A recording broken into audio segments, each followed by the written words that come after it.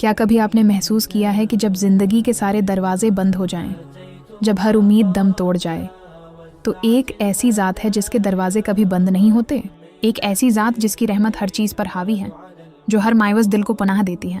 آج ہم ایک ایسی ہی کہانی سنیں گے جو ہمیں اللہ کی بے پناہ رحمت اور کرم کا احساس دلائے گی اور یہ بتائے گی کہ اس کے در سے کبھی مایوس نہیں ہونا چاہیے۔ فاطمہ ایک محنتی اور باحیا لڑکی تھی، مگر تقدیر نے اس کے لیے کئی سخت آزمائشیں لکھی تھیں۔ کم عمری میں ہی اس کے والدین وفات پا گئے اور وہ اپنے چھوٹے بہن بھائیوں کی ذمہ داری کے ساتھ اکیلی رہ گئی۔ رشتہ داروں نے منہ پھیر لیا اور حالات روز بروز بدتر ہوتے چلے گئے۔ فاطمہ کے پاس کوئی ذریعہ معاش نہیں تھا اور گھر کا چولہا بجھنے کے قریب تھا۔ اس نے ہر ممکن دروازہ کھٹکھٹایا، مگر ہر جگہ سے مایوسی ہی ملی۔ ایک رات بھوک اور غم سے انڈھال فاطمہ سجدے میں گر گئی۔ اس کی آنکھوں سے آنسو سیلاب کی طرح بہہ رہے تھے، مگر دل میں ایک ایمان کی چنگاری ابھی بھی روشن تھی۔ یا اللہ، میرے پاس تیرے سوا کوئی نہیں، تو رحیم ہے، تو کریم ہے، میرے لیے کوئی راستہ نکال دے۔ اسی لمحے اسے ایک آیت یاد آئی، اور اللہ کی رحمت سے مایوس نہ ہو، بے شک اللہ کی رحمت سے کافروں کے سوا کوئی مایوس نہیں ہوتا۔ سورہ یوسف 47۔ فاطمہ نے اپنے دل میں ایک نئی ہمت محسوس کی۔ اسے یاد آیا کہ اللہ کے 99 ناموں میں سے اکثر رحمت اور شفقت کے ہیں۔ اگلے دن فاطمہ نے دوبارہ کوشش کرنے کا فیصلہ کیا۔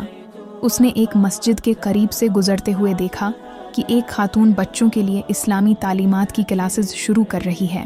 فاطمہ میں بچوں کو پڑھانے کا ہنر تھا اور اس کے دل میں اللہ کا نور۔ اس نے ہمت کر کے اس خاتون سے بات کی اور حیرت انگیز طور پر اسے بچوں کو پڑھانے کی ذمہ داری مل گئی۔ یہ صرف ذریعہ معاش نہیں تھا، بلکہ ایک سکون کا ذریعہ بھی تھا۔ اس کے بہن بھائی بھی اب اس کلاس میں پڑھتے تھے اور گھر میں خوشیوں کا سما تھا۔ فاطمہ نے محسوس کیا کہ اللہ کی رحمت کے دروازے کبھی بند نہیں ہوتے۔